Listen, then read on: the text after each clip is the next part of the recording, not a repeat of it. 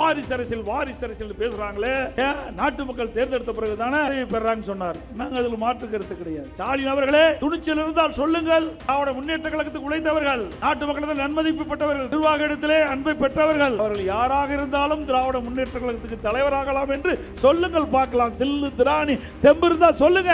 இன்னைக்கு தமிழகத்திலே கொள்ளையடிப்பதிலே நம்பர் 1 திமுக அரசாங்கம். எழுதாத பேனா கட்டளை கொடி வைக்கிறாங்க. 52 கோடி அதுக்கு செலவு. யாருடைய பணம்? வரி பணம். எழுதாத பேனா எங்க வச்சா என்ன? அவருடைய நினைவிடத்துக்கு முன்னாடியே ஒரு 2 கோடியில் வைக்கிறேன். நாங்க வேண்டாம்னு சொல்லலையே.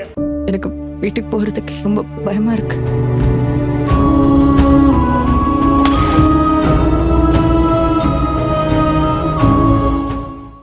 இப்போது புதிய அறிமுகம் ஆச்சி ஹோட்டல் சாம்பார் 50 கிராம் ரூபாய் 20 மட்டுமே.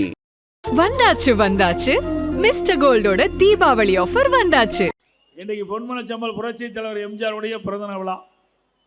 இன்றைக்கு தமிழகம் மட்டுமல்ல, நம்முடைய கழகம் எங்கெங்கெல்லாம் வீற்றிருக்கின்றதோ, எந்தெந்த மாநிலத்தில் இருக்கின்றதோ அங்கெல்லாம் புரட்சி தலைவர் எம்ஜிஆருடைய பிறந்த நாளை எழுச்சியோடு நாம் கொண்டாடி கொண்டிருக்கின்றோம்.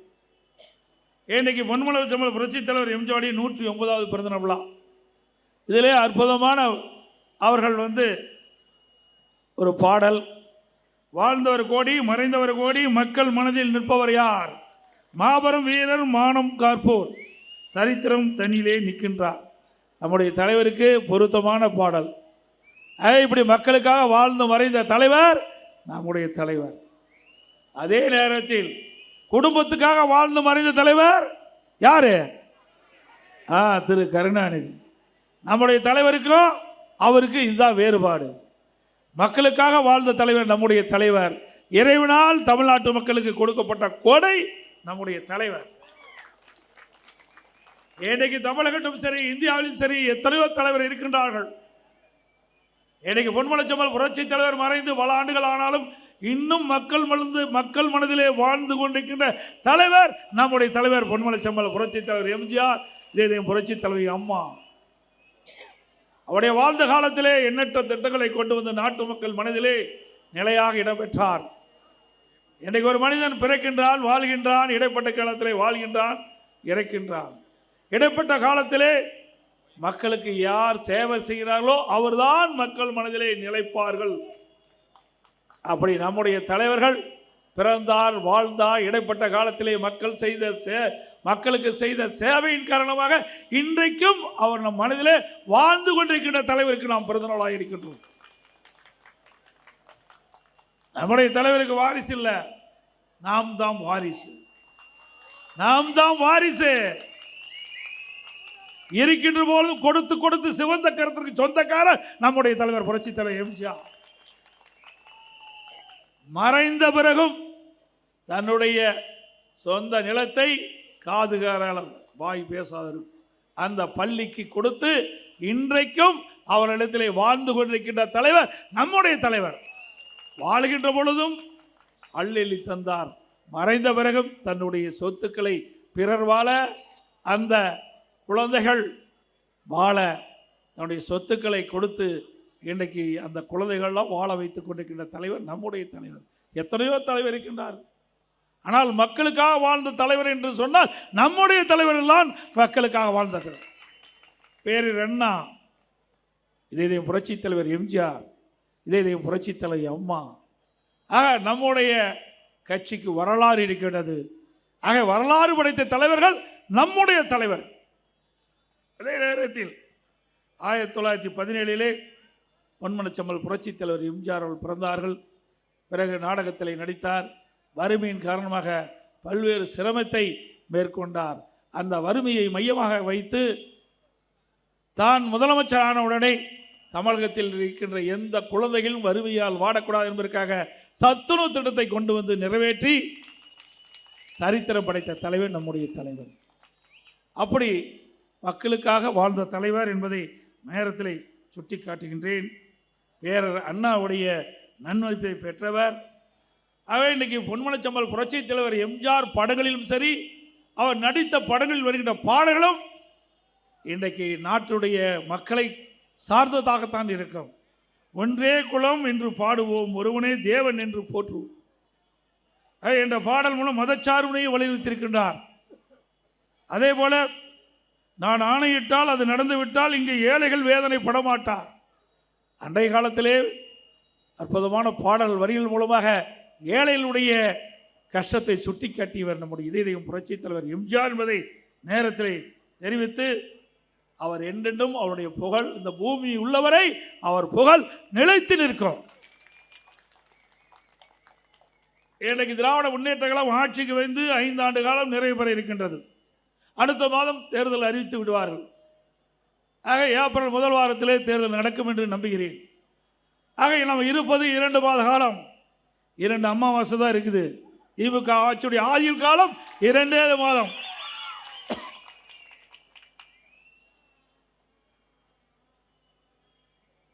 இந்த 2 மாத காலத்திலே திராவிட முன்னேற்ற கழக ஆட்சி,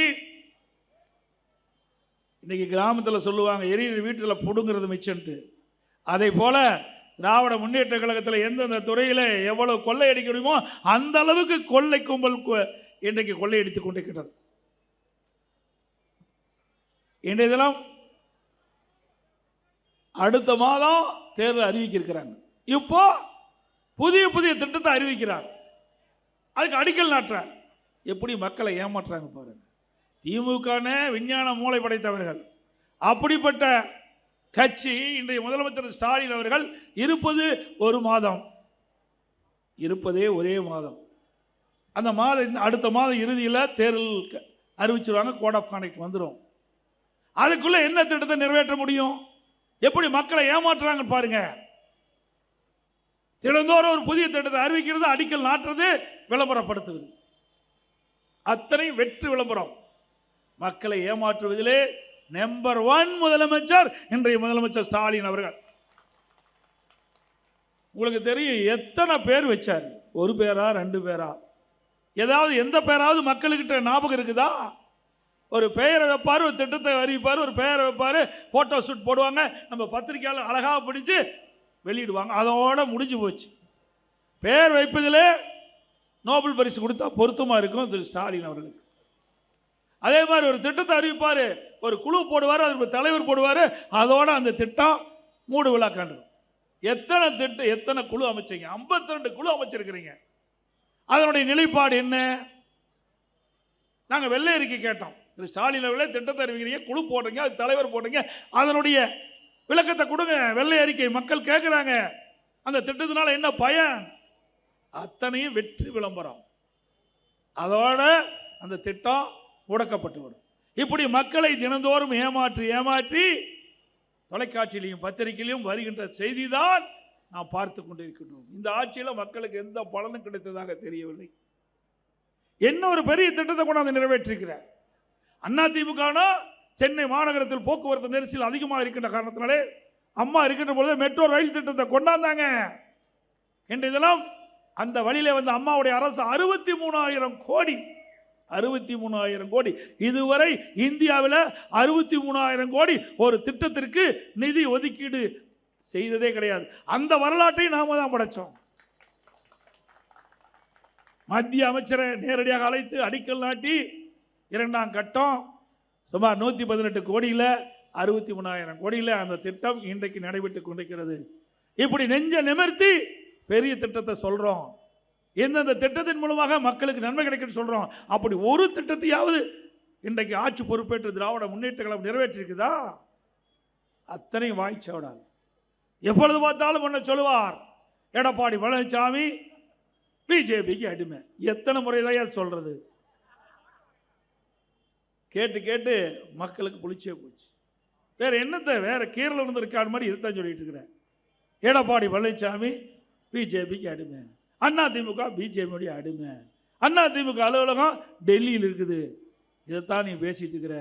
ஆனா நடைமுறையில் இருப்பது திமுகவுடைய அலுவலகம் தான் டெல்லியில இருக்குது. நேற்று தினம் கனிமொழி பத்திரிகையில் பார்த்துருப்பீங்க, ஊடகத்தில் பார்த்துருப்பீங்க. காங்கிரஸுக்கும் திமுகவும் கூட்டணியில் குழப்பம் வந்தாச்சு, விரிசல் வந்தாச்சு. காங்கிரஸ் கட்சிக்காரன் ஆட்சியில் பங்கு வேணும், கூடுதல் சீட்டு வேணும்னு கேட்குறாங்க. திமுக காரன் கொடுக்க முடியாது அப்படின்னு மறுக்கிறார். 2 பேரும் வார்த்தை போர் யுத்தம் நடைபெற்று விட்டது. உடனடியாக டெல்லிக்கு செல்கிறார் திருமதி கனிமொழி அவர்கள். மரியாதைக்குரிய ராகுல் காந்தியை சந்திக்கிறார், மரியாதைக்குரிய திருமதி சோனியா அம்மையாரை சந்திக்கிறார், பேச்சுவார்த்தை நடத்துகிறார்கள். ஆக எங்கே அலுவலகம் இருக்குது திமுகவுக்கு? டெல்லியில இருக்குது. அண்ணா திமுக அப்படி அல்ல. நம்முடைய கூட்டணியை மதித்து, அண்ணா திமுகவை மதித்து, பாரதிய ஜனதா கட்சியில் இருக்கின்ற உயர்ந்த பதவியில் இருக்கின்றவர்கள் நம்முடைய நம்பிக்கையை எண்ணி, நம்பிக்கை உரியவர் என்று எண்ணி நம் சென்னைக்கு வந்து இங்கே கூட்டணியை பேசி அப்பொழுதே அறிவித்தோம். மதிப்புக்குரிய, மரியாதைக்குரிய, போற்றுதலுக்குரிய உள்துறை அமைச்சர் திரு அமித்ஷா அவர்கள் இங்கே வந்தார். பேச்சுவார்த்தை நடத்தணும். உடனடியாக அறிவிக்கப்பட்டது.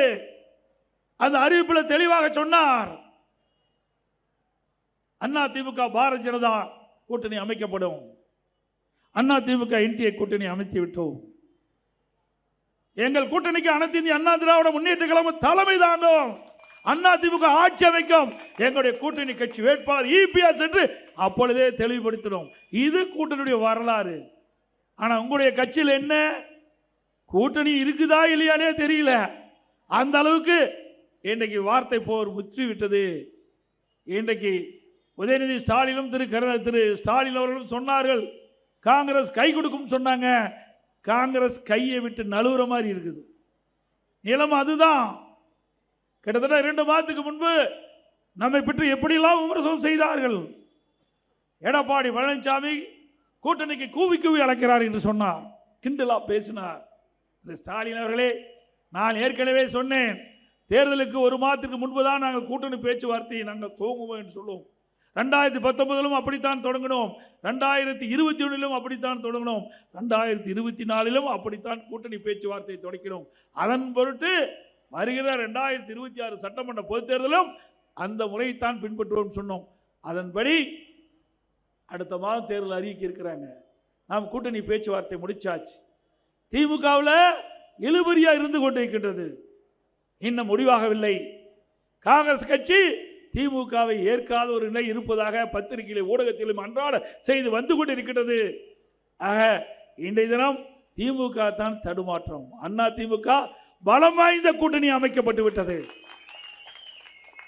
நம்முடைய கூட்டணியிலே அனைத்து இந்திய அண்ணா திராவிட முன்னேற்ற கழகம் கூட்டணிக்கு தலைமை தாங்கின்றது. பாரதிய ஜனதா கட்சி இருக்குது, பாட்டாளி மக்கள் கட்சி இருக்குது, அம்மன் மக்கள் முன்னேற்ற கழகம் இருக்குது, ஐஜேகே இருக்குது, தமிழ் மாநில காங்கிரஸ் இருக்குது, ஏசி சண்முகம் கட்சி இருக்குது, இன்னும் பல கட்சிகள் நம்மோடு இருக்கின்றன. இன்றைக்கு ஜெகன்மூர்த்தி அவர்கள் நம்மளோட தான் இருக்கிறார். இன்னும் பல கட்சிகள் நமக்கு ஆதரவு கொடுக்கிறது. இன்னும் சில கட்சிகள் வர இருக்கின்றன.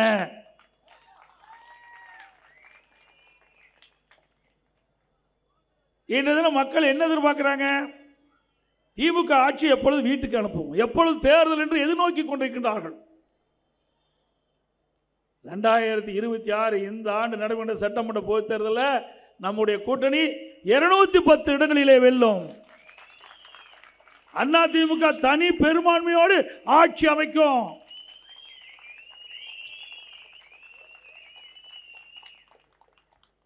இன்னைக்கு 5 ஆண்டு அண்ணா திமுக 10 ஆண்டு 2021 2011 21 வரை சிறப்பான ஆட்சி கொடுத்தது. அண்ணா திமுக ஆட்சி ஒரு பொற்கால ஆட்சி என்று மக்கள் பேசுகின்ற அளவிற்கு பாராட்டுகளை பெற்றோம். இதே புரட்சி தலைவி அம்மா இருக்கின்ற பொழுது ஏராளமான திட்டங்களை கொடுத்தார்கள். தேர்தல் நேரத்தில் கொடுக்கப்பட்ட வாக்குறுதியை நிறைவேற்றி கொடுத்தோம். மக்களிடத்திலே நன்மதிப்பை பெற்றோம். அம்மா மறைவுக்கு பிறகு அம்மாவுடைய அரசு பொறுப்பேற்றது. அப்பொழுது எப்படியெல்லாம் விமர்சனம் செய்தார்கள். எடப்பாடி பழனிசாமி தமிழகத்துடைய முதலமைச்சராக பொறுப்பேற்கின்றார். இந்த ஆட்சி 10 நாளைக்கு நிற்குமா, 1 மாசத்துக்கு நிற்குமா, 3 மாசம் நிற்குமா, 6 மாசமா நிற்கிறாங்க. 4 வருடம் 2 மாத காலம் சிறப்பான ஆட்சியை நாங்கள் கொடுத்தோம். எங்களுடைய ஆட்சி காலத்தில் ஏற்பட்ட இயற்கை பேரிடுகள், ஆட்சி பொறுப்பேற்றவுடன் கடுமையான வறட்சி, சென்னை மாநகர மக்களுக்கு குடிப்பதற்கு கூட தண்ணீர் இல்லாத ஒரு சூழ்நிலை. எங்களுடைய நிர்வாக திறமையின் காரணமாக தங்குதடை இல்லாம நம்முடைய சென்னை மாநகர மக்களுக்கு குடிநீரை வழங்கிய அரசாங்கம் அண்ணா திமுக அரசாங்கம். அதே போல டெல்டா மாவட்டத்தில் கஜா புயல் பல மாவட்டங்கள் அடியோடு சீரழிந்து விட்டன. வேளாண் பெருமக்கள் பாதிக்கப்பட்டார்கள், பொதுமக்கள் பாதிக்கப்பட்டார்கள். புயல் வேகத்தில் செயல்பட்டு புயலுடைய அடிச்சுவடை இல்லாமல் நாங்கள் நிவாரண பணியை மேற்கொண்டு இயல்புநிலைக்கு கொண்டு வந்த அரசாங்கம் அதிமுக அரசாங்கம். பிறகு கொரோனா எப்படி இருந்து உங்களுக்கு தெரியும். இவ்வளவு பேர் இங்கே அமர்ந்திருந்தோம். கிட்டத்தட்ட ஒரு வருடம் யாரையும் பார்க்க முடியாத சூழ்நிலை. ஒரு சோதனையான நேரம். காற்றில் எளிதாக பரவக்கூடிய வைரஸ் கிருமிகள், அந்த கிருமியினால் கொரோனா தொற்று ஏற்பட்டால் உயிருக்கே ஆபத்து ஏற்பட்டு அப்படிப்பட்ட சூழ்நிலை. அந்த காலகட்டத்தில் கூட அதிமுக ஆட்சியிலே சிறந்த நிர்வாக திறமையின் காரணமாக விலைமதிக்க முடியாத உயிரை காப்பாற்றிய அரசாங்கம் அதிமுக அரசாங்கம். இந்த கொரோனா வைரஸ் நோய் பரவல் எப்படி இருக்குதுன்னு தெரியல. அந்த நோய்வாய்ப்பட்டால் அதற்கு என்ன அறிகுறின்னு தெரியல, அதற்கு என்ன சிகிச்சை அளிக்குதுன்னு தெரியல, அதற்கு என்ன மருந்தும் கிடையாது. அப்படிப்பட்ட சூழ்நிலையில் கூட நிர்வாக திறமையின் காரணமாக அனைத்து இந்திய அண்ணா திராவிட முன்னேற்ற கழக அரசு மக்களுடைய துணை கொண்டு, நம்ம அதிகாரி பெருமக்களுடைய துணை கொண்டு, நம்முடைய மருத்துவருடைய துணை கொண்டு சிறப்பாக செயல்பட்டு இன்றைக்கு விலைமதிக்க முடியாத உயிரை காப்பாற்றிய பெருமை அதிமுக ஆட்சிக்கு தான் உண்டு. அந்த காலகட்டத்தில் கூட 32 மாவட்டத்துக்கு நான் நேரடியாக சென்றேன். ஒரு 14 மாவட்டங்கள் முடிந்து விட்டது. 15வது மாவட்டத்துக்கு செல்கின்ற பொழுது திருச்சியிலே சென்றேன். அப்பொழுது ஒருவர் பேசிக் கொண்டிருந்தார். விவசாயி, தமாக கட்சி சேர்ந்தவர், பிரம்மாண்டமான உடல் கட்டு உடையவர், 58 வயது என்று சொன்னார்கள். அவர் மனு கொடுத்தார், அவருடைய கோரிக்கையை வைத்தார். பிறகு நான் வீட்டுக்கு வந்த பிறகு அவருடைய கோரிக்கையை படித்து பார்த்து அவரிடத்தில் தொடர்பு கொள்ளலாம் என்று பேசினேன். அவர் கொரோனாவால் மறைந்து விட்டார் என்ற செய்தியை கேட்டேன். கொரோனா வைரஸ் தாக்கி அவர் மரணம் அடைந்து. அப்பொழுதுதான் எனக்கே பயம் வந்தது. அது வரைக்கும் நான் மாஸ்கே போடல, துணிச்சலோடு போனேன். பிறகு இந்த வைரஸ் எப்படி கொடுமையான வைரஸ் என்று நான் நேரடியாக பார்த்து விட்டேன். அதனால் அப்படிப்பட்ட சூழ்நிலையிலும் மக்களை பாதுகாத்த அரசாங்கம் அதிமுக அரசாங்கம். இன்றைய பாரத பிரதமர் நரேந்திர மோடி, மதிப்புக்குரிய மாண்புமிகு நரேந்திர மோடி அவர்கள் அந்த கொரோனா வைரஸ் பரவலை கட்டுப்படுத்த என்னென்ன நடவடிக்கை எடுக்கப்பட்டது என்று காணொலி காட்சி மூலமாக எல்லா முதலமைச்சர் தொடர்பு கொண்டு பேசுகின்ற பொழுது, தமிழ்நாடு முதலமைச்சர் முறையிலே காணொலி காட்சி மூலமாக தொடர்பு கொண்டு பேசுகின்ற பொழுது அவர் குறிப்பிட்டார், கொரோனா வைரஸ் பரவலை தடுப்பதிலே இந்தியாவிலே முதல் மாநிலம் தமிழ்நாடு. மற்ற மாநிலங்கள் தமிழ்நாட்டை பின்பற்றுங்கள்.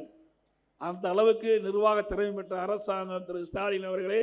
உங்களை போல் திறமையற்ற அரசாங்கம் அல்ல, திறமையான அரசாங்கத்தை நாங்கள் நாட்டு மக்களுக்கு கொடுத்தோம். அது மட்டுமல்ல, இன்றைக்கு அந்த காலகட்டத்தில் நம்முடைய பள்ளிகள் மூடப்பட்டது, கல்லூரிகள் மூடப்பட்டது. மாணவர்களுக்கு மன உளைச்சல், ஓராண்டு வீணாகிவிட்டதே என்று என்னிடத்திலே கோரிக்கை வைத்தார்கள். இந்த ஓராண்டு வீணாகிவிட்டதே, எங்களுடைய மன உளைச்சலே இருக்கணும் என்று எனக்கு தகவல் கிடைத்தவுடனே பள்ளியிலே படிக்கின்ற மாணவருக்கு ஆல் பாஸ், கல்லூரியில் படிக்கின்ற மாணவர்களுக்கு ஆன்லைனில் எக்ஸாம் எழுதி அவர்களும் பாஸ் பண்ணாங்க, ஆன்லைனிலே வகுப்பு. ஆக எல்லா தரப்பு மக்களையும் பார்த்து அவர்களுக்கு என்னென்ன கஷ்டம் என்பதை அறிந்து அதற்கு ஏற்றவாறு ஆட்சி செய்த அரசாங்கம் அதிமுக அரசாங்கம். இன்றைக்கு என்ன நிலைமை?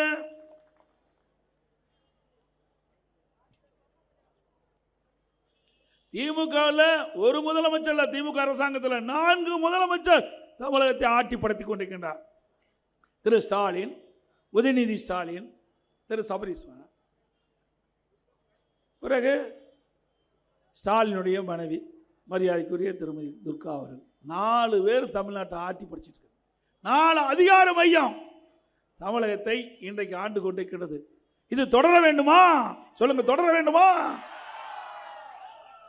வாரிசு அரசியலுக்கு முற்றுப்புள்ளி வைக்கின்ற தேர்தல் வருகின்ற சட்டமன்ற தேர்தல், குடும்ப ஆட்சிக்கு முற்றுப்புள்ளி வைக்கின்ற தேர்தல் வருகின்ற சட்டமன்ற தேர்தல். சிந்திச்சு பாருங்க. இன்றைக்கு திராவிட முன்னேற்ற கழகத்தில் திமுக குடும்பத்தை சேர்ந்தவர் தான் அந்த கட்சிக்கு தலைவராக வர முடியும். அப்படி திராவிட முன்னேற்ற கழகம் வெற்றி பெறுகின்ற பொழுதெல்லாம் அந்த குடும்பத்தை சேர்ந்தவர் தான் முதலமைச்சராக வர முடியும். அண்ணா திமுக அப்படி இல்லை.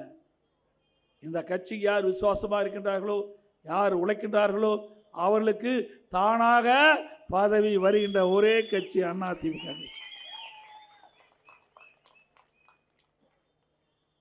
இல்லைன்னா நான் உங்க முன்னால பேச முடியுமா? நீங்க இந்த பொதுச் செயலாளர் பதவி கொடுத்திருப்பீங்களா? அண்ணா திமுக தான் நீங்க கொடுத்திருக்கிறீங்க. அண்ணா திமுக இருந்ததுனால தான் முதலமைச்சர் பதவி நீங்க கொடுத்திருக்கிறீங்க. ஆக ஒரு சாதாரண தொண்டன் கூட, சாதாரண கிளை செயலாளர், ஒரு வார்டு செயலாளர் கூட உச்சபட்ச பதவி அண்ணா திமுகவில் வர முடியும். உச்சபட்ச பதவி முதலமைச்சராக கூட வர முடியும். அப்படிப்பட்ட இயக்கம் அண்ணா திமுக இயக்கம் என்பதை நாட்டு மக்கள் அறிவார்கள்.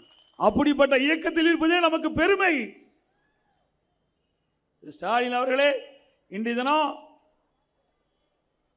அந்த NTTVல பேசினார், கருத்து சொன்னார். ஸ்டாலின் வாரிசு அரசியல் வாரிசு அரசியல் பேசுறாங்களே, ஏன் நாட்டு மக்கள் தேர்ந்தெடுத்த பிறகு தானே அவள் பதவி பெறாங்கன்னு சொன்னார். நாங்கள் அதில் மாற்று கருத்து கிடையாது. மக்கள் தேர்ந்தெடுத்தா உண்மைதான். ஆனால் திமுக குடும்பத்தை சேர்ந்தவர்கள் தான் திமுக தலைவராக முடியும். அப்படி ஆட்சி அதிகாரத்துக்கு வருகின்ற பொழுது திமுக குடும்பத்தை சேர்ந்தவர் தான் முதலமைச்சர். அதுதான் வாரிசு அரசியல். ஸ்டாலின் அவர்களே, துணிச்சல் இருந்தால் சொல்லுங்கள். திராவிட முன்னேற்ற கழகத்துக்கு உழைத்தவர்கள், நாட்டு மக்களிடம் நன்மதிப்பு பெற்றவர்கள், நிர்வாக இடத்திலே அன்பை பெற்றவர்கள், அவர்கள் யாராக இருந்தாலும் திராவிட முன்னேற்ற கழகத்துக்கு தலைவராகலாம் என்று சொல்லுங்கள் பார்க்கலாம். தில்லு திராணி தெம்பு இருந்தால் சொல்லுங்க. அதே போல ஆட்சி அதிகாரத்துக்கு வருகின்ற பொழுது திமுக உழைத்தவர்கள், மக்களிடத்திலே நன்மதிப்பை பெற்றவர்கள், அவருக்கு அந்த ஆட்சி அதிகாரத்தில் முதலமைச்சர் பதவி கொடுக்கப்படும் என்று துணிச்சல் இருந்தால் சொல்லுங்க. இதுதான் வாரிசு அரசியல். அதைத்தான் வேண்டாம் என்று சொல்கிறோம். மக்களும் அதைத்தான் விரும்புகின்றார்கள். தொடர்ந்து இவர்கள் வெற்றி பெற்று வருகின்ற இவர்கள் ஆட்சி அதிகாரத்தில் வந்தால் சர்வதிகாரியாக விடுவார்கள். இன்றைக்கு தமிழகத்திலே கொள்ளையடிப்பதிலே நம்பர் 1 திமுக அரசாங்கம்.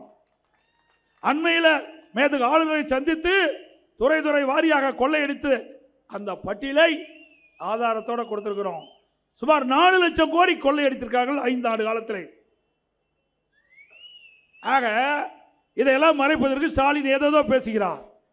வேற எதுவும் பேச முடியல ஸ்டாலினால. அனைத்து இந்திய அண்ணா திராவிட முன்னேற்ற கழக ஆட்சியில் ஏதாவது குறை இருந்தால் எடுத்து சொல்லுங்கள், நாங்கள் பதில் சொல்ல தயாராக இருக்கிறோம். உங்களுடைய ஆட்சியிலே பொறுப்பேற்றதில் இன்று வரை ஊழல் ஊழல் ஊழல். இந்த ஆட்சியிலே பார்ப்பதெல்லாம் ஊழல். வேற எந்த நன்மையும் மக்களுக்கு கிடைக்கல. இன்றைய தினம் அனைத்து இந்திய அண்ணா திராவிட முன்னேற்ற கழக ஆட்சி இருக்கின்ற பொழுது தொழில் முதலாட்டு மாநாட்டை அம்மா நடத்தினாங்க. 2015 2,42,00,000 கோடி முதலீட்டு ஈர்த்தார்கள். சுமார் 74 புரிந்துணர்வு ஒப்பந்தங்கள் போட்டாங்க. பல லட்சம் பேருக்கு வேலைவாய்ப்பு கிடைத்தது. அதே வழியில் இருந்த அம்மாவுடைய அரசாங்கம் 2019 ஜனவரி மாதம் தொழில் முதலீட்டாளர் மாநாட்டை நடத்தி 3,500,000 கோடி தொழில் முதலீட்டு ஈர்க்கப்பட்டு 304 புரிந்துணர்வு ஒப்பந்தம் போட்டோம்.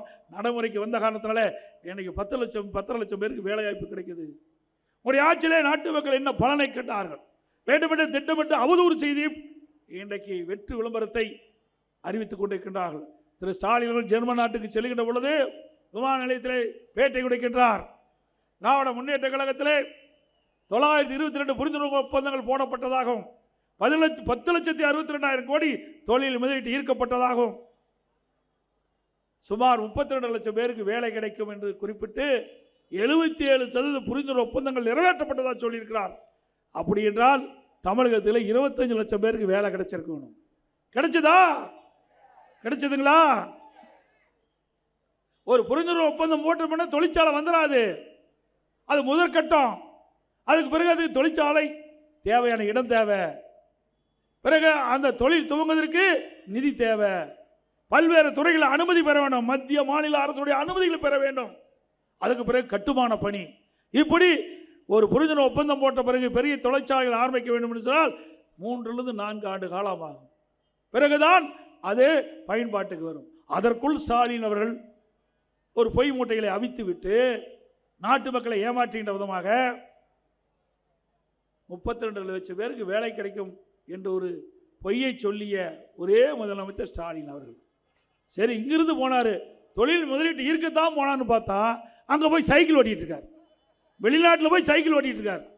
இந்த வெளிநாட்டில் போய் சைக்கிள் ஓட்டுறதுக்கு இந்த மக்களுடைய வரி பணத்தை செலவு பண்ணுறீங்க. அது இங்கேயே சைக்கிள் ஓட்டலாமே. ஏற்கனவே இங்கே தானே சைக்கிள் ஓட்டிகிட்டு இருந்தீங்க ஈசிஆர் ரோட்டில். எவ்வளவு கேவலமான முதலமைச்சர் பாருங்க. இந்திய நாட்டில் பல மாநிலம் இருக்குது. பல மாநில முதலமைச்சர் வெளிநாட்டுக்கு போகின்ற பொழுது அங்கே எப்படி தொழில் முதலீட்டை ஈர்க்கலாம் என்று எண்ணம் இருக்குது. நம்முடைய முதலமைச்சர் அங்கே போய் சைக்கிள் ஓட்டிட்டு இருக்கார். அது மட்டும் இல்லை, இன்றைக்கு திரு கருணாநிதி இருந்தார், அதுக்கு பிறகு ஸ்டாலின் வந்திருக்கார். இப்போ உதயநிதி வர்றதுக்கு துடிக்கிறார். சிந்திச்சு பாருங்க. அதுதாங்க வாரிசு அரசியல் நான் சொல்லிட்டு இருக்கிறேன். எம்எல்ஏ ஆக்கினாரு, அப்புறம் அமைச்சர் ஆக்கினாரு, துணை முதலமைச்சர் ஆக்கிட்டாரு. பிறகு இவருக்கு பிறகு இளைஞரணி செயலாளர்னு அவருக்கு ஒரு அடையாளத்தை கொடுத்துட்டார். இதுதாங்க வாரிசு அரசியல்.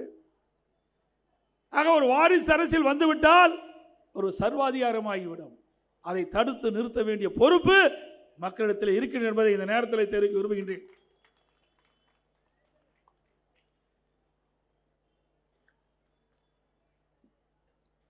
இன்றைக்கு தமிழகத்தில் சென்னையிலிருந்து தமிழ்நாடு முழுவதும் அனைத்து நகர்களிலும் போதைப் பொருள் விற்பனை அமோகமாக நடந்துகிட்டு இருக்குது.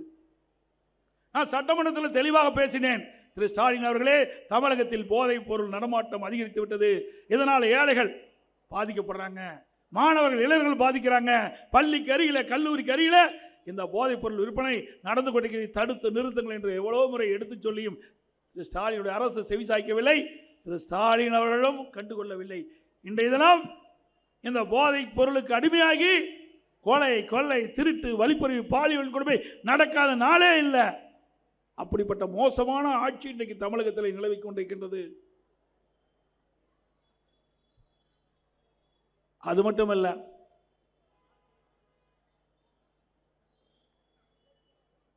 வெளி மாநிலத்திலிருந்து தமிழ்நாட்டுக்கு வந்து வேலை தேடி வர்றாங்க. அவர்களுக்கும் பாதுகாப்பு இல்லை. சென்னையில் 2 நாளைக்கு முந்தி பத்திரிகையில் பார்த்துருப்பீங்க. ஒரு வட மாநில தொழிலாளருடைய மனைவியை பாலியல் வன்கொடுமை செஞ்சு கொலை செஞ்சு, அவருடைய கணவரை கொலை செஞ்சு, குழந்தையை கொலை செஞ்சு இன்றைக்கு தமிழகத்தில் ஒரு பதற்றமான சூழ்நிலை உருவாக்கியிருக்கிறாங்க. இவ்வளவு மோசமான ஆட்சி. சமூகத்துறை அமைச்சர் அண்மையிலே தூத்துக்குடியில் பேசுகின்ற பொழுது ஒரு கருத்தை சொல்லுகின்றார். திராவிட முன்னேற்ற கழகம் ஆட்சி அமைந்த பிறகு 6999 போக்சோ சட்டம் பதிவு செய்யப்பட்டதாக சொல்லியிருக்கிறார். அதுக்கு நிவாரணமாக 104 கோடி கொடுக்கப்பட்டதாக ஒரு கருத்தை சொல்லியிருக்கின்றார். அப்படி என்றால் இந்த ஆட்சியில் சட்ட ஒழுங்கு எந்த அளவுக்கு இருக்கிறது நாம் உணர வேண்டும். பெண்களுக்கு பாதுகாப்பு இல்லை, சிறுமிகளுக்கு பாதுகாப்பு இல்லை. போக்சோ சட்டம் என்பது சிறுமியில் வன்கொடுமை, பாலியல் வன்கொடுமை. 6999 சிறுமிகள் இந்த ஆட்சியிலே பாதிக்கப்பட்டிருக்கிறாங்க. அப்படிப்பட்ட ஆட்சி தேவையா சொல்லுங்க? சத்தமா சொன்னா தானே தெரியும். குழந்தைகளுக்கு பாதுகாப்பு இல்லை,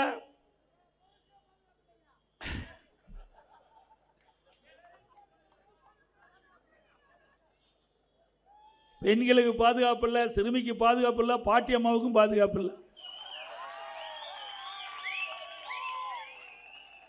இந்தியாவில் இவ்வளவு மோசமான ஆட்சி எங்கேயும் நடக்கல. இந்த மோசமான ஆட்சிக்கு முடிவு கட்டுவீங்களா? இங்க சொன்னாங்க, தம்பி சொன்னாங்க, திருமதி கனிமொழி அவர்கள் சென்னையில் ஒரு பொதுக்கூட்டம் நடத்தினாங்க. அந்த பொதுக்கூட்டத்துக்கு பெண் காவலர் வந்தாங்க. அந்த பெண் காவலரை 2 பேர் பாலியல் சீண்டல் பண்ணாங்க. அந்த பெண் காவலர் முதல்ல புகார் கொடுக்க போனாங்க, மிரட்டி புகார் கொடுக்காம வச்சுட்டாங்க. இப்படிப்பட்ட ஆட்சி தான் தேவை. தம்பி சொன்னது சரிதான். அதோட கேவலம், இன்றைக்கு ராமநாதபுரம் மாவட்டம்னு நினைக்கிறேன், அங்கே ஒரு காவலர், பெண் காவலருடைய அந்த கழிப்பறையில் அங்கே ஒரு கேமரா வச்சு போட்டோ எடுத்து. என்னங்க நாடு! இந்த முதலமைச்சர் இருக்கிறாரா, நாட்டில் இருக்கிறாரா இல்லையானே தெரியல. எவ்வளோ கேவலம்! ஒரு நாட்டு மக்களை பாதுகாக்கக்கூடிய காவலர்கள் இப்படிப்பட்ட தவறான செயலில் ஈடுபடுன்னு சொன்னால் இந்த ஆட்சியினுடைய நிர்வாகம் சரியில்லை. இன்றைக்கு தமிழகத்தில் டிஜிபி ஓய்வு பெற்றார். ஒரு டிஜிபி ஓய்வு பெறுவதற்கு 3 மாதத்துக்கு முன்பே அந்த மாநில அரசு மத்தியில் யூபிஎஸ்சிக்கு அந்த தகுதியான டிஜிபி பட்டியலை அனுப்பி சட்ட ஒழுங்கு டிஜிபி நியமிப்பது தான் மரபு. அதன் அடிப்படையில் நியமிக்காதே இருந்தாங்க. ஒரு பொதுநல வழக்கு போட்டாங்க. உடனே ஸ்டாலினுடைய அரசாங்கம் 10 பேர் கொண்ட டிஜிபி பட்டியலை மத்திய யூபிஎஸ்சிக்கு அனுப்பிச்சுது. அங்கே கமிட்டியில் 3 பேரை தேர்ந்தெடுத்து மாநில அரசுக்கு அனுப்பிச்சாங்க. மாநில அரசு அந்த 3 பேர் கொண்ட டிஜிபி பட்டியலில் அதில் ஆய்வு செஞ்ச ஒரு தகுதியானவரை சட்ட ஒழுங்கு நிரந்தர சட்ட ஒழுங்கு டிஜிபியை நியமிக்க வேணும். இதில் என்ன கஷ்டம் இருக்குது? ஏன்னா அந்த 3 பேரும் ஸ்டாலின் சொல்வதை கேட்க மாட்டாங்க,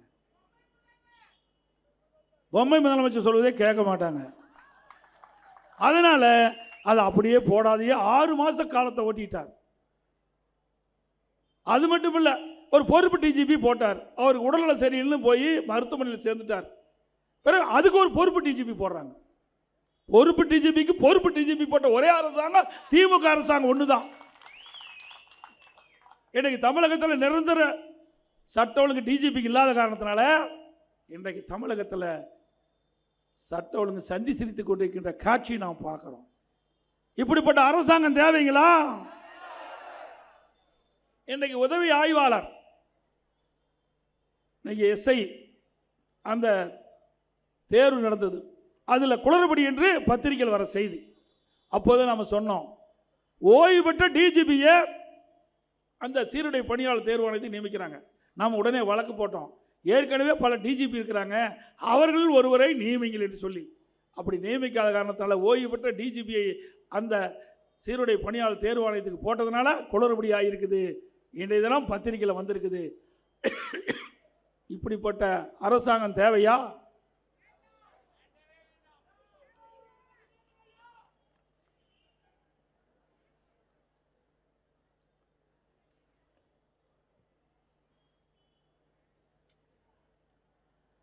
அது மட்டும் இல்லை, திராவிட முன்னேற்ற கழகத்தில் எல்லா துறையிலும் ஊழல் நிறைந்த துறையாக இருக்குது. இன்றைக்கு மத்திய அரசாங்கம் அதில் அங்கம் வைக்கின்ற இடி, நகராட்சி நிர்வாகம் மற்றும் குடிநீர் வழங்கல் துறை, அந்த துறையில் நகர்ப்புற வளர்ச்சி மற்றும் குடிநீர் வழங்கல் துறையில் முறைகேடு நடந்ததாக ஒரு அறிக்கையை மாநில டிஜிபிக்கு அனுப்பிச்சிருது. இதுவரைக்கும் நடவடிக்கை எடுக்கல. நீதிமன்றம் போயாச்சு. நிச்சயமாக நீதிமன்றம் அந்த அறிக்கையை நீதிமன்றத்தில் தாக்கல் செய்ய வேண்டும் என்று நீதியரசர் தீர்ப்பு கொடுத்திருக்கிறார். அந்த தீர்ப்பின் அடிப்படையில் அந்த அறிக்கை இடி மாநில அரசுக்கு அனுப்பப்பட்ட அறிக்கையை அந்த நீதிமன்றத்திலே அவள் ஒப்படைக்கின்ற பொழுது அதை ஆய்வு செய்து அதில் உண்மை இருந்தால் நீதிமன்றம் நல்ல தீர்ப்பை வழங்கும் என்று கருதுகிறேன். ஏன்னா எஃப்ஐஆர் போட்டால் தான் இடி நடவடிக்கை எடுக்க முடியும். ஆனால் அதிமுக முன்னாள் அமைச்சர் மீது உடனடியாக எஃப்ஐஆர் போடுறாங்க. ஆனால் திமுக ஆட்சியில் இருக்கின்ற காலத்தில், அதிகாரத்தில் இருக்கின்ற காலத்தில் அவருடைய இந்த துறையை சேர்ந்த அமைச்சரோ இல்லை அதிகாரிகளோ தவறு செஞ்சால் அந்த இடி ஆதாரத்தோடு அறிக்கை அனுப்பிச்சிருக்குது. அந்த ஆதாரத்தின்படி இதுவரைக்கும் எஃப்ஐஆர் போடல. அது இப்படிப்பட்ட ஊழல் அரசாங்கம் தான் திமுக அரசாங்கம். பல பேர் பத்திரமா இருப்பாங்க தேர்தல் நேரத்தில். பல பேர், பல அமைச்சர்கள், பல திமுக காரர்கள் பத்திரமா இருக்க வேண்டிய இடத்துல நிச்சயமா இருப்பாங்க. இன்னைக்கு டாஸ்மாக் கடை தமிழ்நாட்டில் சுமார் 6000 கடை இருக்குது. 6000 கடையில் ஒரு நாளைக்கு 1.5 கோடி பாட்டில் விற்கிறாங்க. ஒரு பாட்டிலுக்கு 10 ரூபா வசூல் பண்ணாங்களா இல்லையா? அது யார் வசூல் பண்ணது? அவர் இப்போ முன்னாள் அமைச்சர் ஆகிட்டார். ஆனால் முன்னாள் அமைச்சரானாலும் அந்த நிர்வாகத்தை அவர் தாங்க வச்சுட்டு இருக்காரு. இப்படிப்பட்ட நிலைமை இந்தியாவில் எங்கேயுமே இல்லை. அது மட்டும் இல்லை, ஒன்று நாளைக்கு 1.5 கோடி பாட்டில், ஒரு பாட்டிலுக்கு 10 ரூபாய்னா 15 கோடிங்க. மாதத்துக்கு 450 கோடி, வருஷத்துக்கு 5400 கோடி, 4 வருஷத்தில் 22,000 கோடி இந்த 10 ரூபா வசூல் செய்தே மேலிடத்துக்கு போயிருக்கிற தகவல். அதையெல்லாம் விசாரித்து தான் டாஸ்மாக் கேஸ் பதிவு பண்ணியிருப்பான்னு எனக்கு கிடைத்த தகவல். இப்படிப்பட்ட ஊழல் நிறைந்த அரசாங்கம் தேவையா? இன்றைக்கு பேசுகிறார் ஸ்டாலின். இன்றைக்கு ஊழல் நிறைந்த கட்சி வாஷிங் மிஷினில் போட்டால் சுத்தமாயிருமா? பாரதிய ஜனதா வாஷிங் மிஷினில் போட்டால் சுத்தமாயிரும். ஏன் உண்மையான இருக்கிற வாஷிங் மிஷினில் திமுக காரன் கொள்ளையடிச்சலில் போட்டால் தான் சுத்தமாகும். அதுக்கு நல்ல வாஷிங் மிஷினாக இருக்கும், நல்ல வாஷிங் மிஷினே நிறுத்திடும். அந்த அளவுக்கு ஊழல் நடந்திருக்குது. எங்களை பற்றி பேசுவதற்கு என்ன அருகதை இருக்குது? கொஞ்சம் ஊழலாக செஞ்சீங்க. நான் ஏற்கனவே குறிப்பிட்டேன், அரிசி பேர ஊழல், சர்க்கரை பேர ஊழல், அதுபோல் கோதுமை பேர ஊழல், பூச்சி மருந்து தெளித்தல் ஊழல், வீரான ஊழல். நீங்கள் சர்க்கரை ஊழலில் அதில் அறிக்கை கொடுத்துருக்குறாங்க திரு கருணாநிதி. அந்த சர்க்கரை மூட்டையில் இருக்கிற சர்க்கரையெல்லாம் எறும்பு சாப்பிட்டுட்டு தான். எது? எறும்பு சாப்பிட்டுட்டுது. அத்தனை மூட்டை சர்க்கரையும் எறும்பு சாப்பிட்டு விட்டுது. பிறகு அந்த சர்க்கரை மூட்டையில் இருக்கின்ற சாக்கு பை, கோணி பை இருக்குல்ல, அது கரையாக அரிச்சிட்டுது. எந்த அளவுக்கு நவீன முறையில், விஞ்ஞான முறையில் ஊழல் செய்கின்ற அரசாங்கம் என்று சர்க்காரிய கமிஷனே குறிப்பிட்டு விட்டது. இந்தியாவில் எத்தனையோ மாநிலம் இருக்குது. இதுவரை எந்த மாநிலம் ஊழலுக்காக கலைக்கப்பட்டது கிடையாது. ஊழலுக்காக கலைக்கப்பட்ட ஒரே அரசாங்கம் திமுக அரசாங்கம். திமுக ஊழல் ஊற்றுக்கான். அதனால தான் பொன்மனச்செம்மல் புரட்சித் தலைவர் பொன்மனச்செம்மல் புரட்சித் தலைவர் எம்ஜிஆர் அவர்கள் இந்த இயக்கத்தை தோற்றுவிக்கின்ற போது தீய சக்தி திமுகவை வீழ்த்த வேண்டும்.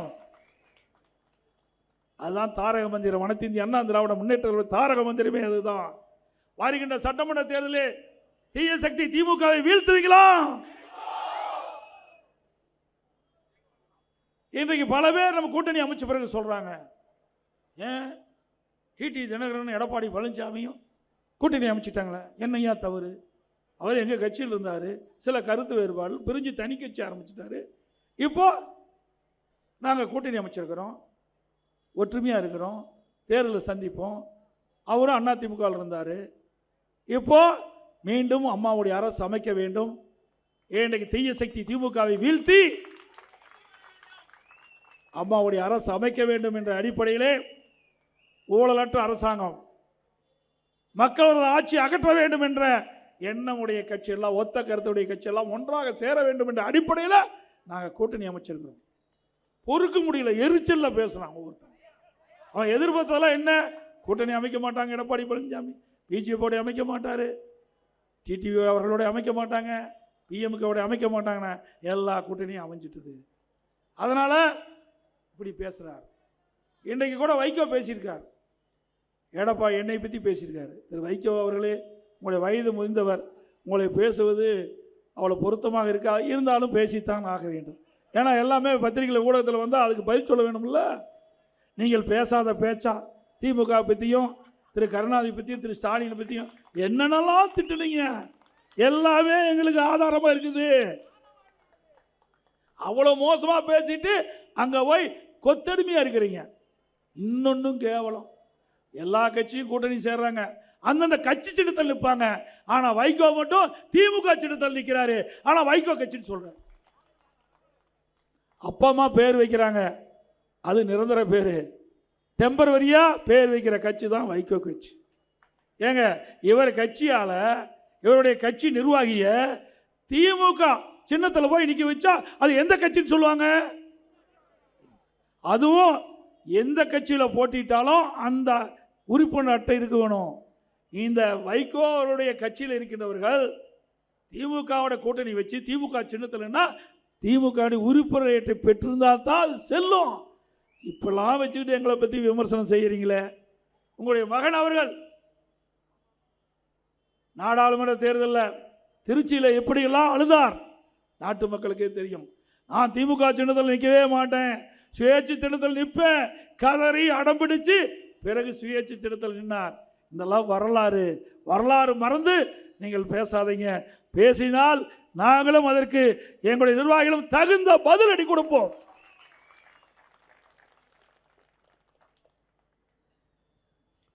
அதே போல திராவிட முன்னேற்ற கழகம் ஆட்சிக்கு வந்து இன்றைக்கு மின் கட்டணம் 62% உயர்ந்துடுது. ஆண்டுக்கு 6% உயர்த்துறாங்க.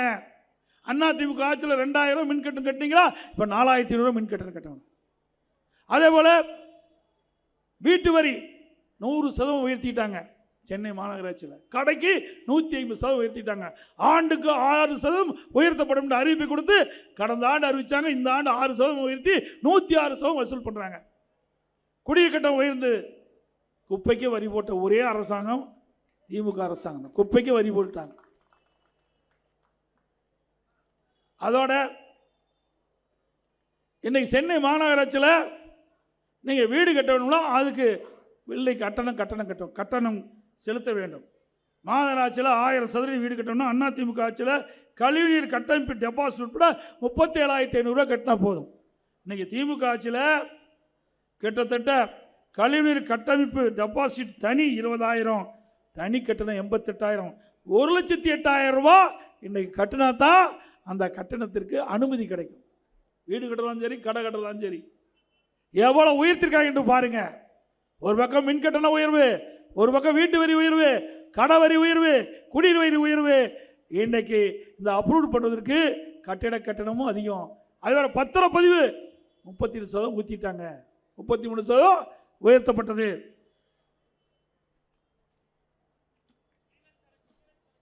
விலைவாசி உயர்வு மின்னி முட்டிக்கிட்ட அளவுக்கு உயர்ந்து போச்சு. இன்னைக்கு வேலை வாய்ப்பு குறைஞ்சி போச்சு, செலவு அதிகரித்து விட்டது, மக்கள் படிக்கின்ற திண்டாட்டம். அதையெல்லாம் இந்த அரசு கண்டுகொள்ளவில்லை. இன்னைக்கு அதிமுக ஆட்சியில் பச்சரிசி 1 கிலோ 45 ரூபாய்க்கு விற்றது. இன்னைக்கு திராவிட முன்னேற்ற கழகத்தில் 1 கிலோ 77 ரூபாய்க்கு விற்கிது. பொன்னி புழுங்கல் அரிசி 1 கிலோ அதிமுக ஆட்சியில் 50 ரூபாய்க்கு விற்றது. திராவிட முன்னேற்ற கழக ஆட்சியில் 77 ரூபாய்க்கு விற்கிது, 75 ரூபாய்க்கு விற்கிது. 45 ரூபாய்க்கு விற்றது அதிமுக ஆட்சியில். பொன்னி புழுங்கல் அரிசி 50 ரூபாய்க்கு விற்றது 1 கிலோ. திமுக ஆட்சியில் 1 கிலோ பொன்னி புழுங்கல் அரிசி 75 ரூபாய்க்கு விற்கிது. 1 கிலோ 25 ரூபா அதிகம். இட்லி புழுங்கல் அரிசி 1 கிலோ 30 ரூபாய்க்கு அதிமுக ஆட்சியில் விற்றது.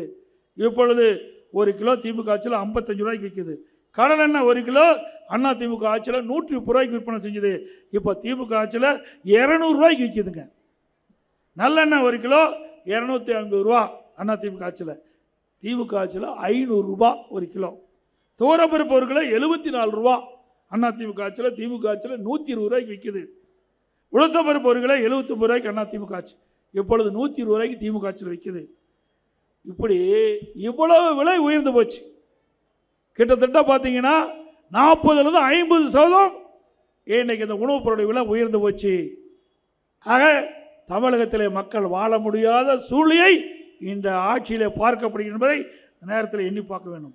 அதோட கட்டுமான பொருள் இனிமேல் திமுக ஆட்சியில் வீடே கட்ட முடியாது. கனவுல வீடு கட்டி மகிழலாம், நிஜத்தில் வீடே கட்ட முடியாது. சிந்திச்சு பாருங்க. ஒரு யூனிட் எம்சாண்ட் அதிமுக ஆட்சியில் 3000 ரூபாய்க்கு விற்றுதுங்க. இப்போ 6000 ரூபாய்க்கு விற்கிது. ஒரு யூனிட் எம்சாண்ட் 6000 ரூபா. ஒரு யூனிட் ஜல்லி அதிமுக ஆட்சியில் 2000 ரூபாய்க்கு விற்றுது. திமுக ஆட்சியில் 5500 ரூபாய்க்கு விற்கிது. ஒரு டன் கம்பி அதிமுக ஆட்சியில் 40,000 ரூபா. இன்றைக்கு 65,000 ஒரு டன் கம்பி. ஒரு செங்கல் அதிமுக ஆட்சியில் 6 ரூபாயிலிருந்து 8 ரூபாய்க்கு விற்றுது. திமுக ஆட்சியில் 12 ரூபாயிலிருந்து 15 ரூபாய்க்கு விற்கிது. சிமெண்ட் ஒரு மூட்டை 240 ரூபா. திமுக ஆட்சியில் 350 ரூபாய்க்கு விற்கிது. மரம் 200% உயர்ந்து போச்சு. இப்படி இவ்வளவு விலை உயர்ந்த பிறகு வீடு கட்ட முடியுமா? கனவுல கட்டலாம். திமுக ஆட்சி இருக்கின்ற வரை அவளும் உயர்த்தி விட்டாங்க. அதை இந்த அரசு கட்டுப்படுத்த முடியல. இதே திராவிட முன்னேற்ற கழக தேர்தல் அறிக்கையில் குறிப்பிட்டிருக்காங்க, அத்தியாவசிய பொருட்கள், அத்தியாவசிய கட்டுமான பொருள் விலை ஏறுகின்ற பொழுது அத்தியாவசிய பட்டியலில் சேர்க்கப்படும். கட்டுமான பொருட்கள் விலை உயர்கின்ற பொழுது அதை அத்தியாவசிய பட்டியலில் சேர்க்கப்பட்டு விலை குறைக்கப்படும் என்று அறிவிப்பு கொடுத்தாங்க.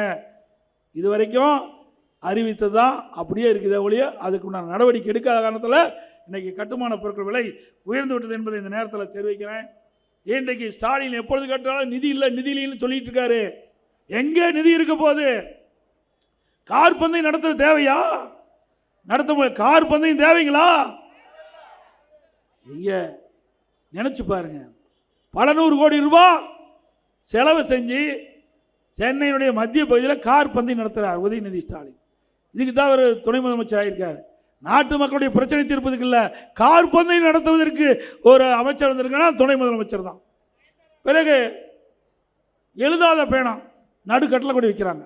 82 கோடி அதுக்கு செலவாகும். யாருடைய பணம்? உங்களுடைய வரி பணம். எழுதாத பேனா எங்கே வச்சா என்ன? அவருடைய நினைவிடத்துக்கு முன்னாடியே ஒரு 2 கோடியில் வைக்கல, நாங்கள் வேண்டான்னு சொல்லலையே. எழுதுகிற பேனாவை நம்முடைய மாணவர்களுக்கு கொடுங்க, மாணவர்கள் பாராட்டுவாங்க. இதே பொன்மனச்செம்மல் புரட்சி தலைவர் எம்ஜிஆர், இதையும் புரட்சி தலைவர் அம்மாவுடைய அரசு இருந்தாலும் இதைத்தான் செயல்பட்டு இருக்கும். எழுதாத பேனாவுக்கு கடலில் வைப்பதற்கு 82 கோடி நிதி ஒதுக்கிய அரசாங்கம் தேவையா? அதே போல இந்த ஆட்சி அமைந்த பிறகு போராட்ட களமா மாறி போச்சு. ஆசிரியர் ஒரு பக்கம் போராட்டம், அரசு ஊழியர் ஒரு பக்கம் போராட்டம், இன்னைக்கு சத்துணவு அமைப்பாளர் ஒரு போராட்டம், டாக்டர் போராட்டம் தொடரும் இன்னைக்கு அறிவிச்சுட்டாங்க. செவிலியர் ஒரு பக்கம் போராட்டம், விவசாயிகள் ஒரு பக்கம் போராட்டம், போக்குவரத்து தொழிலாளர் ஒரு பக்கம் போராட்டம். தமிழ்நாடு ஒரு போராட்ட களமாக மாறிவிட்டது.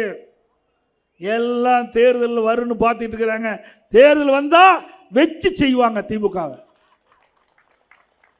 இத்தனை பேரையும் ஏமாத்தி வாக்குறுதிகளை கொடுத்துட்டு ஆட்சிக்கு வந்தீங்களே, கொடுக்கப்பட்ட வாக்குறுதியை நிறைவேற்ற வேண்டும் அல்லவா? அதனால தானே இந்த அமைப்பெல்லாம் போராட்டம் பண்ணுது. தூய்மை பணியாளர்கள் போராடுறாங்க, அவர்களும் கடுமையாக போராடி கொண்டிருக்கிறார்கள்.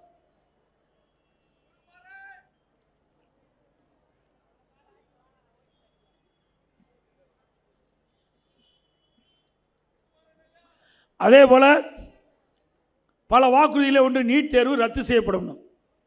ஸ்டாலினுடைய தேர்தல் அறிக்கையில் குறிப்பிட்டிருக்காங்க, திராவிட முன்னேற்ற கழகம் ஆட்சிக்கு வந்தால் முதல் கையெழுத்து நீட் தேர்வுக்கு விதிவிலக்கு அளிக்கப்படும். பிறகு உதயநிதி ஸ்டாலின் சொல்றாரு, நீட்டுக்கு விதிவிலக்கு கொடுப்பதற்கு எங்களுக்கு ரகசியம் இருக்குன்னு சொன்னார். ரகசியத்தை சொன்னாரா? ஆனால் கடந்த கூட்டத்தொடரில் ஸ்டாலின் ரகசியம் சொல்லிட்டார். உச்சநீதிமன்றம் தீர்ப்பு கொடுத்த காரணத்தினால நீட் தேர்வுக்கு விதிவிலக்கு தர முடியாது அப்படின்னு ஒரு குண்டை போட்டுட்டார்.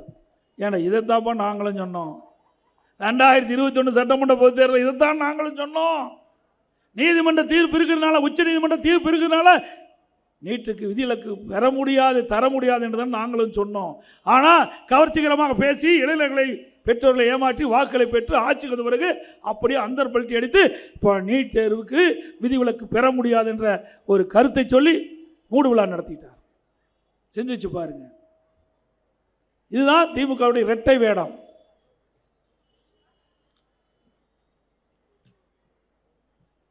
அதே போல ஆட்சி வருவதற்கு முன்பு ஸ்டாலின் பல அறிக்கைகளை வெளியிட்டாங்க, பல வாக்குறுதிகள் கொடுத்தாங்க தேர்தல் அறிக்கையில். அதில் ஒன்று, கடனை படிப்படியாக குறைக்கப்படும், அதுக்கு நிதி மேலாண்மை குழு அமைக்கப்படும், அந்த குழுவில் நிபுணர் குழு இடம்பெறுவார்கள். அதனால் நிபுணர் குழு அமைக்கப்பட்டு கடன் சுமை தமிழ்நாட்டில் குறைக்கப்படும் அப்படின்னு சொன்னாங்க. எப்போ நிபுணர் குழு அமைச்சாங்களோ அப்போவே கடன் வாங்க ஆரம்பிச்சிட்டாங்க. நிபுணர் குழு அமைப்பது கடன் குறைப்பதற்கல்ல, கடன் வாங்குவதற்கு தான் நிபுணர் குழு அமைச்சிருக்கார் ஸ்டாலின் அவர்கள். இது வரைக்கும் 5.5 லட்சம் கோடி வாங்கிட்டார். 5.5 லட்சம் கோடி கடன் வாங்கியிருக்கிறீங்க. 73 ஆண்டு காலம் தமிழகத்திலே பல்வேறு கட்சிகளை ஆண்டு இருக்குது. காங்கிரஸ் கட்சி ஆண்டு இருக்குது, திமுக கட்சி ஆண்டு இருக்குது, அண்ணா திமுக இருக்குது, மீண்டும் திமுக அண்ணா திமுக மாறி மாறி 2021 வரை தமிழ்நாட்டுடைய கடன் அளவு 5,18,000 கோடி. கொரோனா காலம், ஒரு ரூபா வருமானம் கிடையாது அரசாங்கத்துக்கு. திறம்பட ஆட்சி செஞ்சோம். அம்மாவுடைய அரசு திறமையாக, நிர்வாக திறமையின் காரணமாக வரி வருவாய் இல்லாம ஆட்சி செய்த ஒரே அரசாங்கம் அண்ணா திமுக அரசாங்கம்.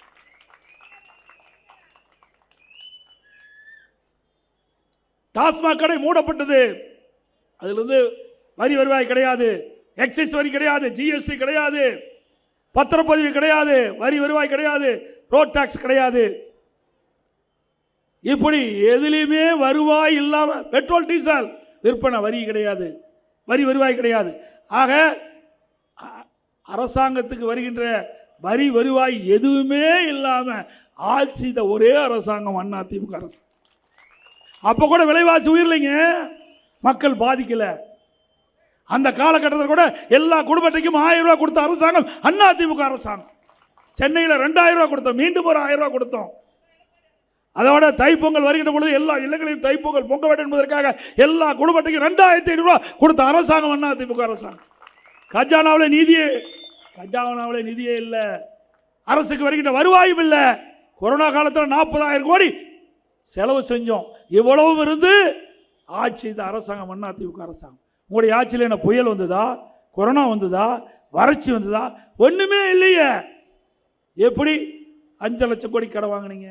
எல்லாம் ஊழல் ஊழல் ஊழல் ஊழல், எல்லா துறையிலும் ஊழல்.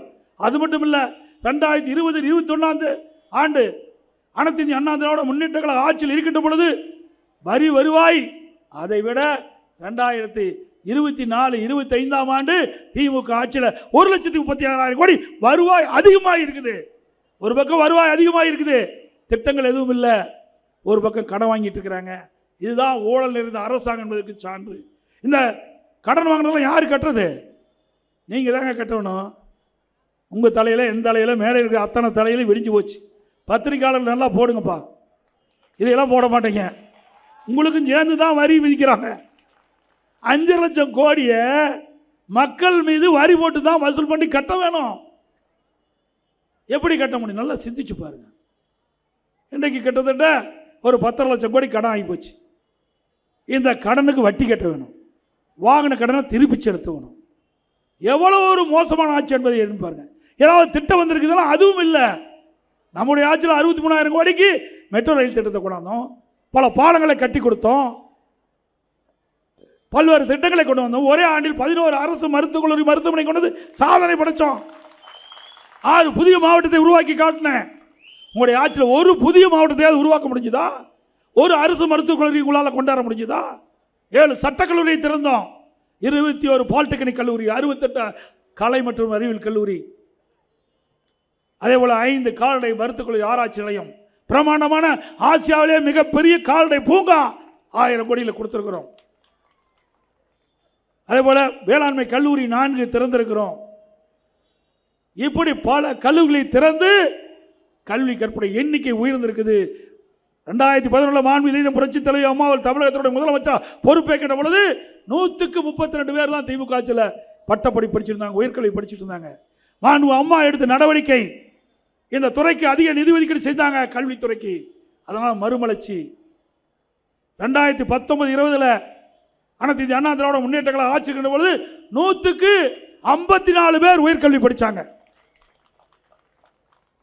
மத்திய அரசு நிர்ணயிக்கப்பட்டது 2030 அடைய வேண்டிய இலக்க 2019-20 அடைஞ்சோம். இதுதான் சாதனை. இன்றைக்கு நிலைமை என்ன?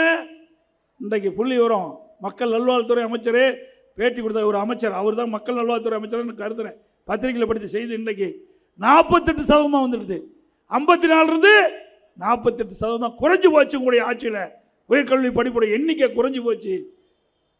அண்ணா திமுக பொறுத்த வரைக்கும் கல்வியிலே ஒரு சிறந்த மாநிலமாக நாங்கள் உருவாக்கி காட்டிடுவோம். இன்றைக்கு எந்த ஒரு மாநிலம் கல்வியிலே சிறக்கின்றதோ அங்கே அமைதி கிடைக்கும், வளம் கிடைக்கும், பொருளாதாரம் மேம்பாடு அடையும். அப்படிப்பட்ட ஒரு திட்டத்தை மாண்பு அம்மாவர்கள் நமக்கு வழிகாட்டியாக செய்துவிட்டு சென்றார்கள். அதை நாம் கடைபிடித்து சாதனை படைத்தோம். அதே போல துறை வாரியாக தேசிய அளவில் விருதுகளை பெற்றோம். ஒவ்வொரு துறையும் சிறப்பாக செயல்பட்டு தேசிய அளவில் விருதுகளை அதிகமாக பெற்ற ஒரே அரசாங்கம் இந்தியாவில் அண்ணா திமுக அரசாங்கம். உள்ளாட்சி துறையில் 140 விருதுகளை பெற்றோம். உயர்கல்வியில் விருது, கூட்டுறவுத்துறையில் விருது, சமூகத்துறையில் விருது, போக்குவரத்து துறையில் விருது, அதே போல மின்சாரத்துறையில் விருது, உறுப்பு மாற்று அறுவை சிகிச்சை தொடர்ந்து 5 ஆண்டு காலம் விருதுகளை பெற்றோம். உணவு தானிய உற்பத்தி பெருக்கி தேசிய அளவில் 5 ஆண்டு காலம் கிஸ் கர்மான் என்ற விருதை பெற்றோம். இப்படி ஒரு நிர்வாக திறமை பெற்ற திறமை உள்ள அரசாங்கம் என்பதை தேசிய அளவில் நிரூபித்து காட்டிய அரசாங்கம் அண்ணா திமுக அரசாங்கம். எங்களை பற்றியா நீ விமர்சனம் செய்கின்றாய்? கள்ளக்குறிச்சி மீட்டிங்கில் பேசும்போது அண்ணா திமுக ஆட்சியில் 5% பணிகள் தான் நிறைவேற்றப்பட்டு சொன்னேன். எத்தனையும் புள்ளி உரத்தோடு சொல்கிறேன். திறமை இருந்தால், தில் இருந்தால் ஒரு மீட்டிங் போடு, ஒரு ஸ்டேஜ் அமைங்க, நீங்கள் எங்கே கூப்பிடுங்க நாங்கள் வர்றேன். நீங்கள் உங்களுடைய ஆட்சியில் கொண்டு வந்த திட்டத்தை சொல்லுங்கள். அனைத்து இந்திய அண்ணா திராவிட முன்னேற்ற கழக ஆட்சியில் கொண்டு வரப்பட்ட திட்டங்களை சொல்கிறோம். மக்கள் நடுநிலையாக இருந்து தீர்ப்பை வழங்கட்டும். இதுவரைக்கும் பதிலே இல்லை. அங்கே ஒரு அமைச்சர் இருக்கார், இங்கிருந்து வேட்டி மாற்றி கட்டிட்டு போய் அங்கே அமைச்சராக இருக்கார் திரு ரகுபதி. அவர் பேசுகிறார், ஏன் நாங்களாம் பேசினா அறிக்கல, நீ எங்கே போய் பேச போகிற? நீ அடிமையாக போயிருக்கிற. சிந்திச்சு பாருங்க. இங்கே இருக்கிற அனைத்து இந்திய அண்ணா திராவிட முன்னேற்ற கழக நிர்வாகிகள், தொண்டர்கள் இரவென்றும் பகலென்றும் பாராமல் ரத்தத்தை வீர மண்ணிலே சிந்தி அவருக்கு சட்டமன்ற உறுப்பினர் என்ற அடையாளத்தை கொடுக்குறாங்க. மாண்பு அம்மா அவர்கள் அமைச்சர் என்ற அடையாளத்தை கொடுக்குறாங்க. அத்தனை சுகத்தை அனுபவித்து விட்டு அங்கே போய் வேசி மாற்றி கட்டிட்டு போய் அங்கே போய் வக்காலத்து வாங்கி பேசிட்டு இருக்காரு. வெக்கமா இல்லை? இன்னைக்கு திமுகவில் 4/1 இருக்கின்ற அமைச்சர் அண்ணா திமுக கட்சி சேர்ந்தவர். உண்மைதானே? அந்த கட்சியில் ஆளே இல்லை. அண்ணா திமுக தயார் பண்ணா அங்க போய் அண்டல் ஆயிடுறாங்க. அண்ணா திமுக திறமையான அரசாங்கம் என்பதற்கு இதெல்லாம் சான்று.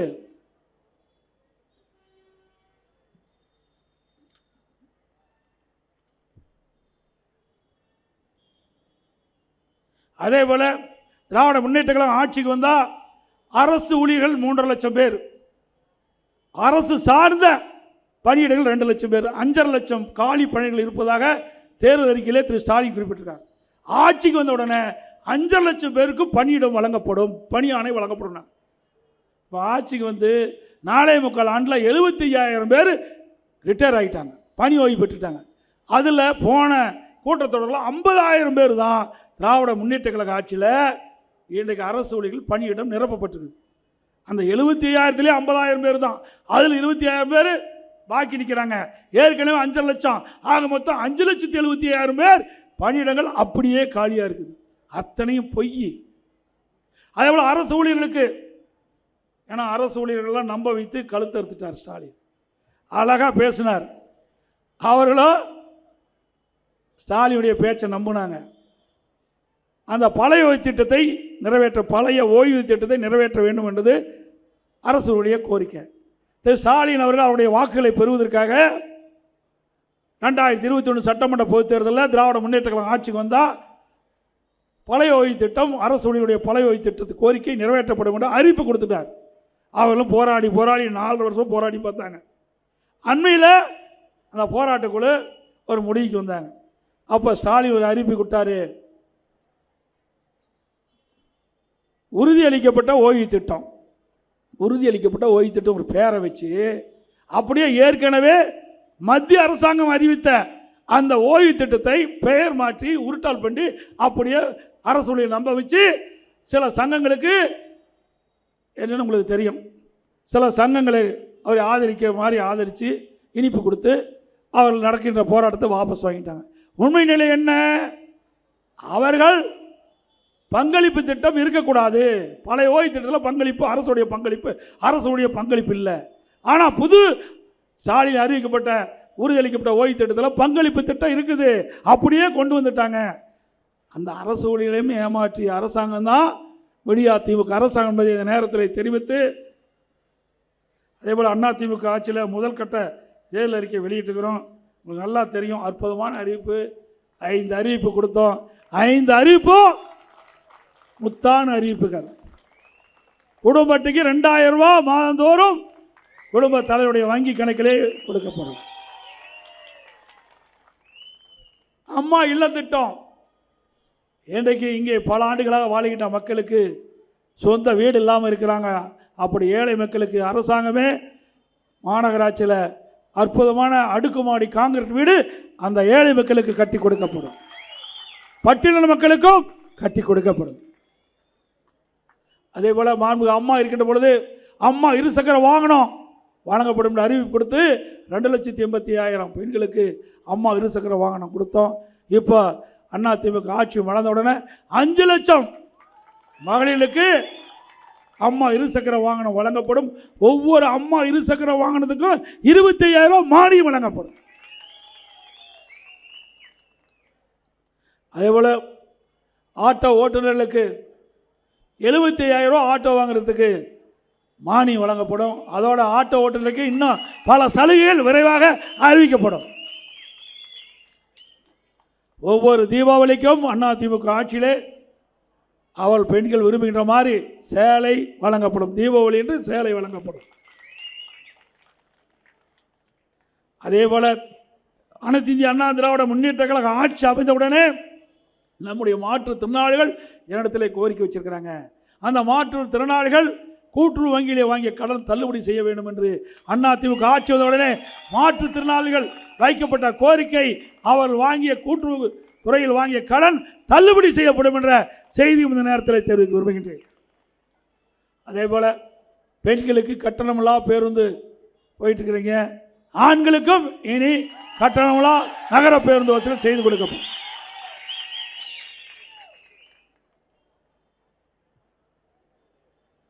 அதே போல் ஒரு மோசமானது திமுக ஆட்சியில் நடந்திருக்குது. இன்றைக்கி நம்ம வீட்டில் இருக்கிற பணத்தை கொள்ளையடிப்பாங்க, நகையை கொள்ளையடிப்பாங்க. ஆனால் உடலில் இருக்கிற உறுப்பை கொள்ளையடிக்கின்ற ஒரே அரசாங்கம் திமுக அரசாங்கம். இன்றைக்கி திமுக கட்சிக்காரர் நடத்துகிற ஏதாவது மருத்துவமனைக்கு போய் அறுவை சிகிச்சை செஞ்சுருந்தா நீங்கள் போய் ஸ்கேன் பார்த்துக்குங்க. ஸ்கேனில் பார்த்துக்க நம்ம உடலில் உள்ள இருக்கிற உறுப்பெல்லாம் இருக்குதான்னு பார்த்துக்குங்க.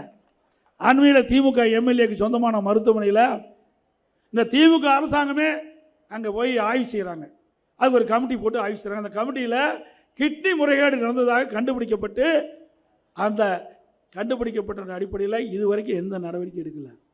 ஏன்னா அது எம்எல்ஏ, திமுக எம்எல்ஏ என்ற காரணத்தால் நடவடிக்கை எடுக்கலை. இப்படிப்பட்ட ஒரு மோசமான ஆட்சி இந்தியாவில் எங்கேயுமே இல்லை. உறுப்பை திருடி விற்கின்ற ஆட்சியில் இந்த ஆட்சி தான். உடல் இருக்கிற உறுப்பை கூட விட்டு வைக்கல. வறுமையின் காரணமாக ஏழைகளை பணத்தாசை காட்டி அவர்கள் உடலில் இருக்கிற உடல் உறுப்புகளை திருடுகின்ற ஒரு காட்சி இந்த ஆட்சியில் தான் பார்க்க முடியுது.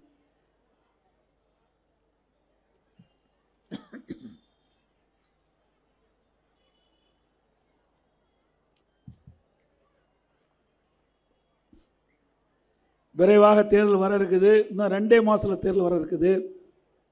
அந்த தேர்தலில் நம்முடைய கழகத்தின் சார்பாக போட்டியிட்டால் அவருக்கு இரட்டலை சின்னத்திலே வாக்களித்து வெற்றி பெற செய்யுங்கள். ஒருவேளை கூட்டணிக்கு ஒதுக்கப்பட்டால் அந்த கட்சியுடைய சின்னத்திற்கு வாக்களிக்க வேண்டும் என்று அன்போடு கேட்கின்றேன். மக்களை காப்போம், தமிழகத்தை மீட்போம். மக்களை தமிழகத்தை மக்களை தமிழகத்தை மக்களை தமிழகத்தை ஸ்டாலின் அரசு ஃபெயிலியர் மாடல் அரசு. Bye bye Stalin. நன்றி, வணக்கம். எனக்கு வீட்டுக்கு போகிறதுக்கு ரொம்ப பயமாக இருக்கு.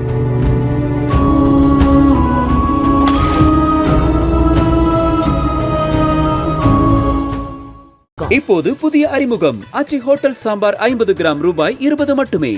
வந்தாச்சு வந்தாச்சு மிஸ்டர் கோல்டோட தீபாவளி ஆஃபர் வந்தாச்சு.